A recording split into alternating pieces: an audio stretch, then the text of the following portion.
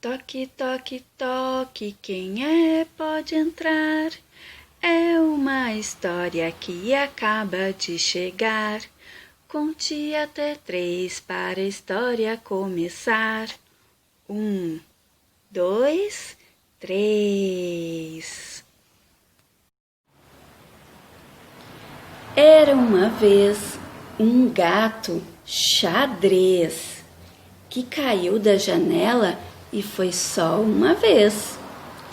Era uma vez um gato azul que levou um susto e foi para o sul. Era uma vez um gato vermelho que olhou para o espelho e fez careta. Era uma vez um gato amarelo que esqueceu de comer e ficou meio magrelo. Era uma vez um gato verde.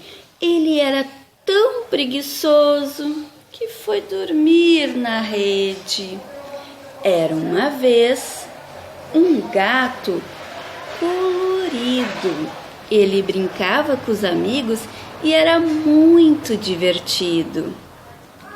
Era uma vez um gato laranja que ficou doente e só queria canja.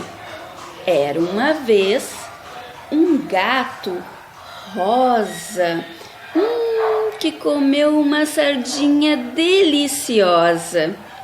Era uma vez um gato marrom que olhou para a gata e fez ronron.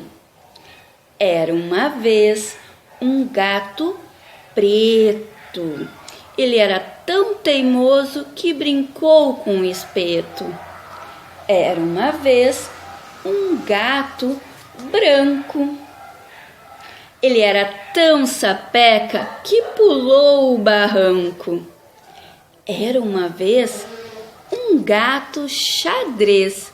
Quem gostou da história, que conte outra vez.